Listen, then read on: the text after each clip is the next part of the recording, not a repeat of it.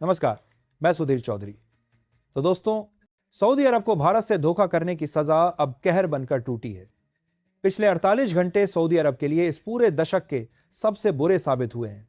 हालत यह हो गई कि प्रिंस मोहम्मद बिन सलमान को आखिरकार पीएम मोदी को खुद फोन लगाना पड़ा।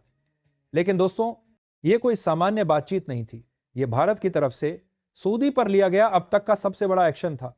और अगर मैं ये कहूं कि भारत ने सऊदी की दुनिया में बेइज्जती कर दी है, तो इसमें जरा भी बढ़ा चढ़ाकर बोलना नहीं होगी।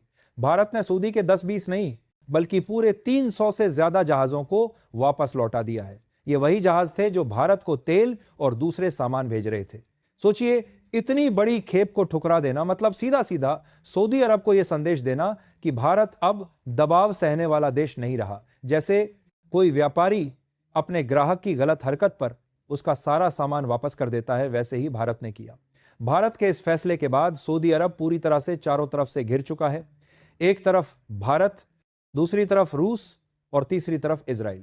अब सऊदी अरब के पास पीछे हटने के अलावा कोई रास्ता नहीं बचा।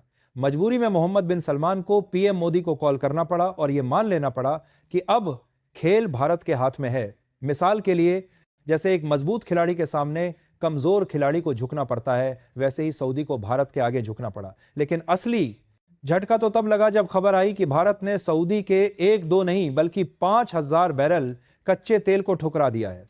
जी हां, लाखों लीटर तेल भारत ने लेने से साफ इनकार कर दिया। हालांकि यह सब सीधे तौर पर देखने को नहीं मिला है, लेकिन घुमा फिराकर यही चीज देखने को मिली है। और जब दुनिया ने यह सुना कि भारत के इस कदम से सऊदी की पूरी अर्थव्यवस्था में लगभग 10% की गिरावट आ गई है, तो विश्व मीडिया भी दंग रह गया। यहीं से घटनाक्रम और भी दिलचस्प हो गया। भारत ने सिर्फ जहाज लौटाए ही नहीं, बल्कि पूर्ण पाबंदी का आदेश भी जारी कर दिया। यानी अब भारत सऊदी अरब से तेल का एक भी बूंद आयात नहीं करेगा। और सबसे दिलचस्प बात यह है कि यह आदेश आने के कुछ घंटे पहले ही तेल की खेप सऊदी से निकल चुकी थी। अब जब भारत ने उसे लेने से मना कर दिया, तो सऊदी अरब के लिए यह किसी बुरे सपने से कम नहीं था। जैसे कोई दुकानदार सामान भेजकर पता चले कि ग्राहक ने लेने से मना कर दिया, तो वो कितना परेशान हो जाता है। और दोस्तों, यहीं से अमेरिकी प्रवेश भी हो गई। वॉशिंगटन अब हालात को संभालने की कोशिश कर रहा है, क्योंकि भारत और सऊदी के बीच यह टकराव पूरे मध्य पूर्व की राजनीति को हिला सकता है। तो सवाल यह है, पीएम मोदी से हुई उस कॉल में आखिर बात क्या हुई? भारत ने कौन सी शर्तें रखी? और अब सऊदी का अगला कदम क्या होगा? यही सब आपको हम आगे इस वीडियो में बताएंगे। लेकिन उससे पहले, अगर आप चाहते हैं कि भारत की आवाज पूरी दुनिया तक पहुंचे और हमारा देश हर क्षेत्र में आत्मनिर्भर बने, तो इस वीडियो को लाइक करें और सब्सक्राइब बटन दबाकर इस चैनल को सब्सक्राइब करें। दोस्तों, पीएम मोदी और सऊदी क्राउन प्रिंस मोहम्मद बिन सलमान यानी एमबीएस की फोन कॉल इतिहास में दर्ज होने लायक थी, क्योंकि इस बार समीकरण बिल्कुल पलट चुके थे। पहले जब भी बातचीत होती थी तो सऊदी अपनी शर्तें थोपता था, लेकिन इस बार भारत ने साफ शब्दों में कह दिया कि अगर हमें तेल चाहिए तो हमारी शर्तों पर मिलेगा, वरना दरवाजा बंद। और यह भी बात बताई जा रही है कि जब ओपेक देशों ने भारत की सलाह मानने से इनकार किया, तो भारत ने सऊदी से तेल आयात कम कर दिया था।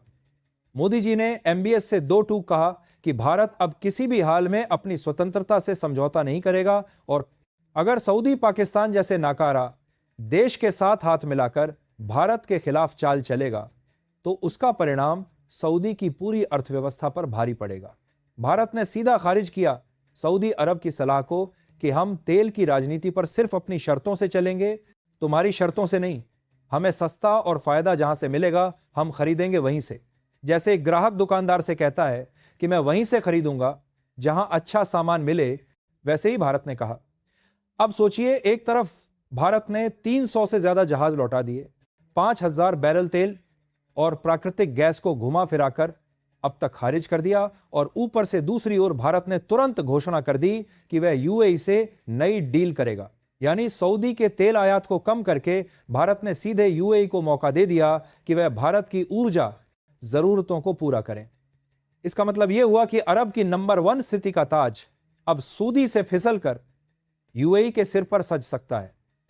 जैसे किसी कंपनी का मुख्य ग्राहक दूसरी कंपनी से डील करने लगे तो पहली कंपनी का नुकसान होता है, वैसे ही सऊदी का हो रहा है। लेकिन भारत यही नहीं रुका। मोदी सरकार ने सऊदी को एक और करारा झटका देते हुए संकेत दे दिए कि अगर जरूरत पड़ी तो भारत सऊदी को गेहूं और चावल का निर्यात भी कम कर सकता है। अब आप सोचिए, भारत दुनिया का सबसे बड़ा चावल और गेहूं निर्यातक है और सऊदी अरब की पूरी खाना आपूर्ति इन पर निर्भर करती है। अगर भारत ये आपूर्ति कम कर दे तो सऊदी की जनता सड़क पर उतर आएगी। इस कदम से भारत ने मोहम्मद बिन सलमान को यह एहसास दिला दिया कि भारत से टकराना सिर्फ महंगा ही नहीं बल्कि आत्मघाती कदम साबित होगा। जैसे कोई छोटा व्यापारी बड़े व्यापारी से लड़ाई करके अपना नुकसान करता है, वैसे ही सऊदी कर रहा था। यहीं पर पीएम मोदी ने एक बड़ा संदेश जनता को भी दिया। अपने देश को संबोधित करते हुए उन्होंने कहा कि अब भारत विदेशी तेल पर गुलाम बनकर नहीं रहेगा, हम अपनी ऊर्जा खुद पैदा करेंगे अपनी ताकत से। यह भाषण सिर्फ एक राजनीतिक बयान नहीं था बल्कि यह पूरी दुनिया को संदेश था कि भारत अब उस दौर से बाहर निकल चुका है जब वह तेल के लिए किसी अरब देश के आगे हाथ फैलाता था। और दोस्तों, यही कारण है कि आज सऊदी अरब की पूरी राजनीति हिल गई है, क्योंकि भारत ने सिर्फ ठोस कदम ही नहीं उठाया बल्कि एक नया भू राजनीतिक समीकरण बना दिया है। भारत के इस एक्शन ने पूरी दुनिया को झकझोर दिया है, अमेरिका से लेकर रूस तक और चीन से लेकर अरब दुनिया तक। हर जगह अब यही चर्चा है कि भारत ने कैसे एक झटके में सऊदी की अकड़ निकाल दी। अमेरिका भी अब परेशान है। एक तरफ उसे भारत चाहिए क्योंकि भारत उसकी सबसे बड़ी तकनीकी और रक्षा बाजार है, दूसरी तरफ वो सऊदी से भी रिश्ते बिगाड़ना नहीं चाहता। लेकिन हालात ऐसे हैं कि अब अमेरिका को साफ दिख रहा है कि इस खेल का असली मालिक भारत है और दूसरी ओर रूस भारत के इस कदम से बेहद खुश है, क्योंकि रूस जानता है कि अगर भारत सऊदी पर तेल का प्रतिबंध लगाता है तो भारत को वैकल्पिक आपूर्ति के लिए रूस का दरवाजा और बड़ा करना पड़ेगा। रूस तो पहले से ही सस्ते दाम पर भारत को तेल दे रहा है, इसीलिए रूस ने भारत को खुलकर सहारा दिया और कहा कि भारत का यह फैसला उसकी स्वतंत्रता और आजाद नीति का सबूत है। चीन भी इस घटनाक्रम को ध्यान से देख रहा है, क्योंकि चीन जानता है कि अगर भारत ने मध्य पूर्व की राजनीति में इतनी बड़ी चाल चल दी तो उसकी बेल्ट एंड रोड योजना पर सीधा असर पड़ेगा। दरअसल चीन सऊदी अरब में अरबों डॉलर का निवेश कर रहा है, लेकिन अब भारत ने सऊदी को झटका देकर बीजिंग की रणनीति को भी कमजोर कर दिया है। और दोस्तों, सबसे बड़ा संदेश इस्लामी दुनिया को गया है। उन्हें लग रहा था कि भारत पर दबाव डालकर पाकिस्तान के साथ मिलकर एक इस्लामिक ब्लॉक बनाया जाएगा, लेकिन भारत ने उल्टा कर दिया। भारत ने दिखा दिया कि अगर कोई हमें चुनौती देगा तो हम उसकी अर्थव्यवस्था को घुटनों पर ला देंगे। जैसे एक मजबूत छात्र कक्षा के गुंडों को सबक सिखा देता है, वैसे ही भारत ने किया। आखिरकार अब सऊदी अरब के सामने सिर्फ दो ही रास्ते बचे हैं। पहला यह कि या तो भारत से माफी मांगे और रिश्ते सुधार लें, या फिर भारत के बिना अपने भविष्य को बर्बाद होते देखे। भारत ने इस पूरे खेल में यह साबित कर दिया कि आज की दुनिया में भारत को नजरअंदाज करना नामुमकिन है। चाहे तेल हो, चाहे अनाज हो या फिर भू राजनीति, भारत अब हर जगह एक निर्णायक शक्ति है। और दोस्तों, यही है इस पूरे घटनाक्रम का सबसे बड़ा सबक कि भारत से धोखा करने वाले को सजा पक्की है। और यह सिर्फ सऊदी अरब के लिए नहीं बल्कि हर उस देश के लिए चेतावनी है जो भारत की पीठ पीछे चाल चलता है। भारत का यह कदम केवल सऊदी अरब को चेतावनी नहीं है बल्कि पूरी दुनिया के लिए एक संदेश है कि अब भारत किसी के दबाव में झुकने वाला नहीं है। जिस तरह से भारत ने अरब के सबसे ताकतवर देश को सीधे सीधे आर्थिक और रणनीतिक चोट दी है, वैसा कदम पहले कभी नहीं देखा गया था। यह फैसला सिर्फ तेल या गैस तक सीमित नहीं है बल्कि भारत की बढ़ती शक्ति का प्रतीक है। अब चाहे अमेरिका हो या चीन, सबको यह समझना पड़ेगा कि भारत के खिलाफ खेलना आसान नहीं है। यह वही भारत है जो अब नियम बनाने वाला है, नियम मानने वाला नहीं। जैसे एक कमजोर बच्चा बड़ा होकर मजबूत हो जाता है और फिर कोई उसे दबा नहीं सकता, वैसे ही भारत अब मजबूत हो गया है। सबसे बड़ी बात यह है कि भारत की जनता भी इस पूरे घटनाक्रम में सरकार के साथ खड़ी है। सोशल मीडिया से लेकर सड़कों तक हर जगह लोग कह रहे हैं कि भारत अब किसी का गुलाम नहीं। मोदी सरकार के इस कदम से लोगों का आत्मविश्वास और भी मजबूत हुआ है। आने वाले समय में यह घटनाक्रम भारत की विदेश नीति का नया अध्याय लिखेगा, जहां भारत सिर्फ साझेदारी करेगा, गुलामी नहीं।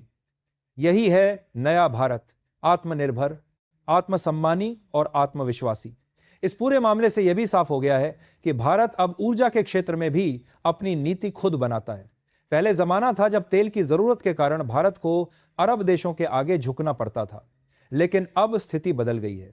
भारत ने दिखा दिया कि वह कई विकल्पों के साथ खेल सकता है। रूस से सस्ता तेल, अमेरिका से तकनीकी सहयोग, यूएई से बेहतर व्यापारिक रिश्ते और नाइजीरिया जैसे अफ्रीकी देशों से नए व्यापारिक अवसर। भारत ने साबित कर दिया कि वह किसी एक देश पर निर्भर नहीं है। भारत की यह रणनीति दुनिया के अन्य विकासशील देशों के लिए भी एक उदाहरण है। यह दिखाता है कि कैसे एक देश अपनी जरूरतों को पूरा करते हुए अपनी स्वतंत्रता भी बनाए रख सकता है।